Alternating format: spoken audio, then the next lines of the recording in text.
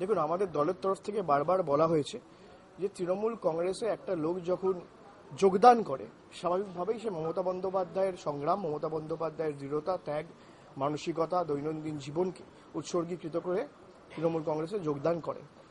তো সর্বোপরি আমি বলি যে তৃণমূল কংগ্রেস করতে গেলে একটা শৃঙ্খলা বজায় রেখে করতে হবে, এবং দলীয় নেতৃত্বের পক্ষ থেকে বারবারে বলা হয়েছে যে অনেক 34 বছর পরে অনেক কিছু হয়েছে, ঘটেছে, আমরা দেখেছি। তারপরে বাংলায় গণতন্ত্র প্রতিষ্ঠা হয়েছে, বাংলায় শান্তি প্রতিষ্ঠা হয়েছে। মমতা বন্দ্যোপাধ্যায় জগদ্ধাত্রী পুজোর উদ্বোধন করতে গিয়ে পোস্টায় বলে এসছেন যে তার জীবনে রক্ত গেলে যাবে, কিন্তু বাংলাকে অশান্ত করতে তিনি দেবেন না। সুতরাং যারাই এই কাজ করবে, যারাই অসাংবিধানিক, অনৈতিক এবং বাজে কাজে যুক্ত থাকবে, তাদেরকে দল থেকে বহিষ্কার করা হবে। এবং আগামী দিনে মমতা বন্দ্যোপাধ্যায় ভাবমূর্তি এবং দলের ভাবমূর্তি উজ্জ্বল রেখে দলীয় শৃঙ্খলা বজায় রেখে কাজ করতে হবে।